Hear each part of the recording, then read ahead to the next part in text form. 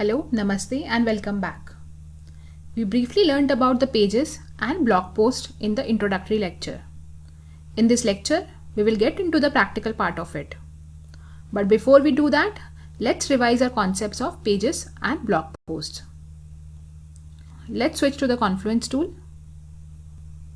In Confluence, you create content as pages in a space or as blog post in a space. Both of these documents are conceptually the same. They are both created by clicking the Create button. In the global navigation menu, you choose Blog Post to create a blog and any other templates to create a page. Page templates, which you can see here, are pre-formatted and you can edit any of these templates to suit your own needs, or you can create your own template from scratch.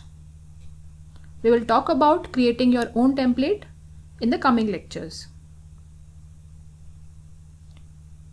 Just like any other documents you have used, you can fill pages and blog posts with text and tables and format them to look pretty, funny or professional.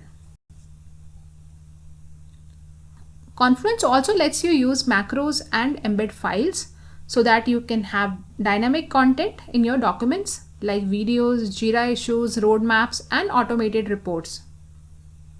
We discussed the differences between pages and blog posts in the initial lectures. Basically, published blogs are available in the blog section of your space and are grouped chronologically. This means that they have a sense of timelines and are more suited to announcements, news, and updates. Whereas published pages are accessed from the Pages section of the space sidebar. Pages live in a page tree and can be nested and organized hierarchically as opposed to chronologically in case of blog post. So basically you can have pages under pages.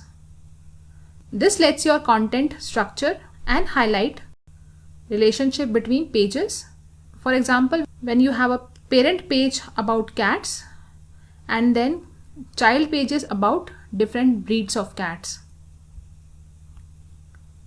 Effectively, pages are great when you want the information to last and evolve over time. If it's a point-in-time update or one-time communication, then a blog post is the way to go. There are no hard and fast rules. They are just pointers to give you a place to start. In the next lecture, let's get into the practical part of creating a page and blog post.